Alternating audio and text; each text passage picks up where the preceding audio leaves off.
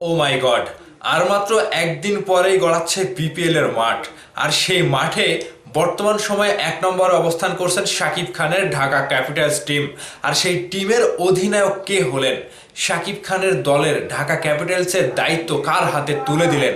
এই বিষয়টি আপনাদেরকে জানাতেই আজকের ভিডিওটা নিয়ে এসেছি। তো এক মুহূর্তেই এক ঝলকে আমরা দেখে নেব শাকিব খানের ঢাকা ক্যাপিটালসের অধিনায়কের দায়িত্ব কে পেলেন, এবং আপনাদের কাছে মন্তব্য চাই যে অধিনায়ক যিনি হোক ঢাকা ক্যাপিটালসের জন্য তিনি কতটুকু কি করতে পারবে, এবং ঢাকা ক্যাপিটালসের এই অধিনায়ক কি আসলে ঠিক রয়েছে?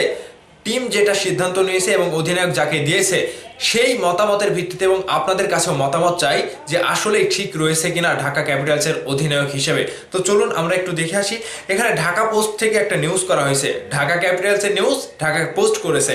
তো এখানে যেটা বলছে তারা, লিটন নয়, শাকিব খানের ঢাকা ক্যাপিটালসের নেতৃত্বে যিনি, কে সেই ব্যক্তি আমরা একটু দেখব।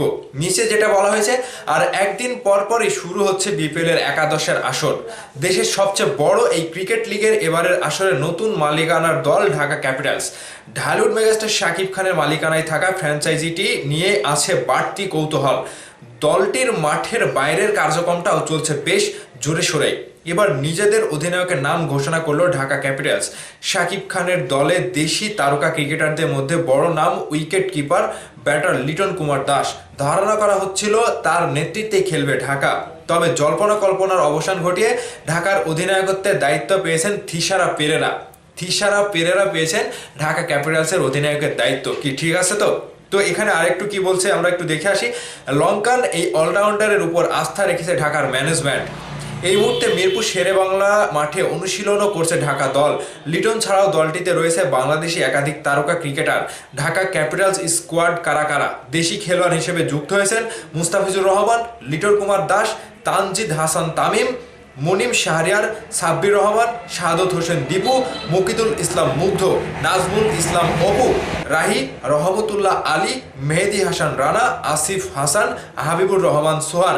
এছাড়া বিদেশি খেলোয়াড়ের মধ্যে রয়েছে থিসারা পেরেরা, যিনি শ্রীলঙ্কা থেকে এসেছে, জনসন চার্লস, যিনি ওয়েস্ট ইন্ডিজ থেকে এসেছে, স্টিফেন এসকিনাজি, যিনি ইংল্যান্ড থেকে এসেছে, চতুরাঙ্গা ডি সিলভা শ্রীলঙ্কা থেকে এসেছে, জহুর খান সংযুক্ত আরব আমিরাত থেকে এসেছে, শাহনাজ দাহানি তিনি এসেছেন পাকিস্তান থেকে, রিয়াজ হাসান আফগানিস্তান, আমির হামজা আফগানিস্তান, ফরমানুল্লাহ সাফি আফগানিস্তান, জিন পিয়ের কোটজে নামিবিয়া থেকে, শুভ রঞ্জনা মার্কিন যুক্তরাষ্ট্র থেকে। তো এই যে শাকিব খানের ঢাকা ক্যাপিটালসের টিম যে প্লেয়ারগুলো দিয়ে সাজিয়েছে, মুস্তাফিজুর রহমান, লিটন কুমার দাস, তানজিদ হাসান তামিম, মুনিম শাহরিয়ার, সাব্বির রহমান। তো এই যে এই কয়টি প্লেয়ারের মধ্যে সকলের একটা টার্গেট ছিল যে লিটন কুমার দাসকে অধিনায়কের দায়িত্ব দেবে ঢাকা ক্যাপিটালস থেকে। তবে তারা যেটা চিন্তা ভাবনা করেছে যে দেশি তারকা যেহেতু ক্রিকেটারের মধ্যে বড় নাম উইকেট কিপার লিটন দাসের, সেখানে ধারণা সবাই একটা ধারণা করছিল, কিন্তু ঢাকা ক্যাপিটালসের ম্যানেজমেন্ট থেকে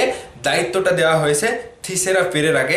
কারণ তারা বুঝেছে যে বাংলাদেশের এই বিপিএল জুড়ে ঢাকা ক্যাপিটালসের একটা আস্থা প্লেয়ারের নাম হচ্ছে থিসারা পেরেরা। তারা এই আস্থাটা রেখে কিন্তু তার উপরে এই দায়িত্বটা তুলে দিয়েছেন। তো ভাইবাস, আপনাদের কাছে থিসারা পেরেরা ঢাকা ক্যাপিটালসের অধিনায়ক হয়ে আপনাদের কাছে বিষয়টি কেমন লাগছে? এটা কি সঠিক সিদ্ধান্ত হয়েছে? ঢাকা ক্যাপিটালস কি তাদের আস্থার জায়গা হিসেবে থিসারা পেরেরাকে কি কতটুকু আস্থা রাখতে পারে, এবং আপনাদের মতামত কি অবশ্যই ভিডিওর নিচে কমেন্ট করে জানাবেন। ভালো থাকবেন, দেখা হবে আবার নতুন কোনো ভিডিওতে। আল্লাহ হাফেজ।